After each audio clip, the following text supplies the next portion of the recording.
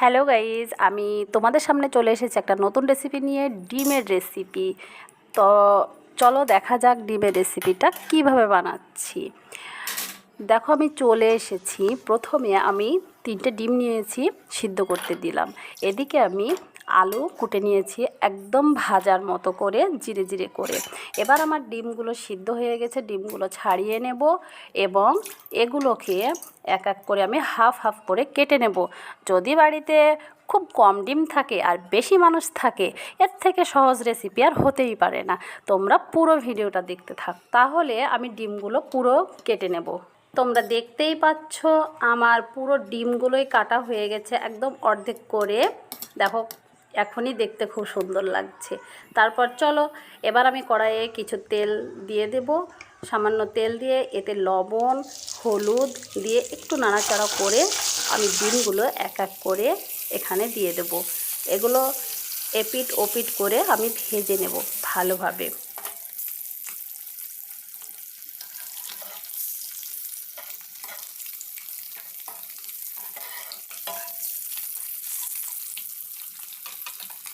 খুব সুন্দর করে আমার এক পিঠ ভাজা হয়ে গেছে, আমার ওদিকটাও ভাজা হয়ে গেছে। এবার আমি এগুলোকে তুলে নেব।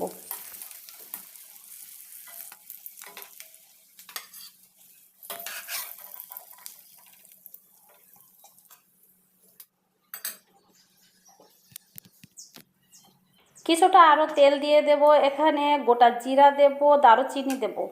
আচ্ছা, এখানে কুচানো পেঁয়াজ কাঁচা লঙ্কা এগুলো দিয়ে একসঙ্গে আমি নাড়াচাড়া করে নেব এবং লাল লাল করে আমি ভেজে নেব। এই অবস্থায় সামান্য আমি লবণ দেব, হলুদ, ধনিয়া গুঁড়া, জিরা পেস্ট, আদা রসুন পেস্ট এগুলো দিয়ে আমি একসঙ্গে নাড়াচাড়া করে নেব। এবার কেটে রাখা আলুগুলো আমি দিয়ে দেব। এখন আমি আলুটাকে ভালো করে কষে নেব এবং হালকা সিদ্ধ করে নেব। সামান্য একটু গুঁড়ো লঙ্কা দেব।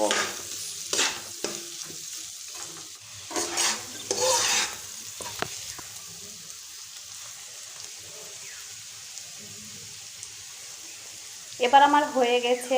এ অবস্থায় এখানে আমি পানি ঢেলে দেব।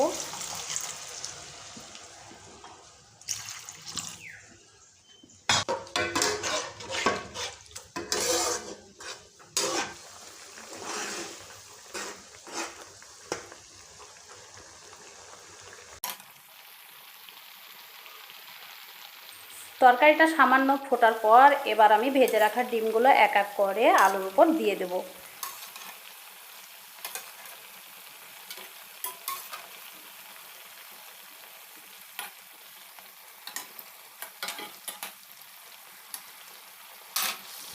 এবার একসঙ্গে আমি সামান্য রান্না করে নেব। এদিকে আমি কিছু এলাচ ভেজে নিচ্ছি, এটাকে গুঁড়ো করে আমি ডিমের উপরে ছড়িয়ে দেব। এখানে ধনিয়া পাতা থাকলে তোমরা দিতে পারো, এখন আমার কাছে নেই তাই আমি এলাচ গুঁড়ো দিলাম। তোমাদের যেটা ইচ্ছা তোমরা সেটা দিতে পারো। আজকে রান্নাটা এই পর্যন্ত। দেখো দেখতে কত সুন্দর লাগছে, খুবই ভালো লাগছে। বাড়িতে অবশ্যই ট্রাই করবে। টাটা, সবাই ভালো থাকবে।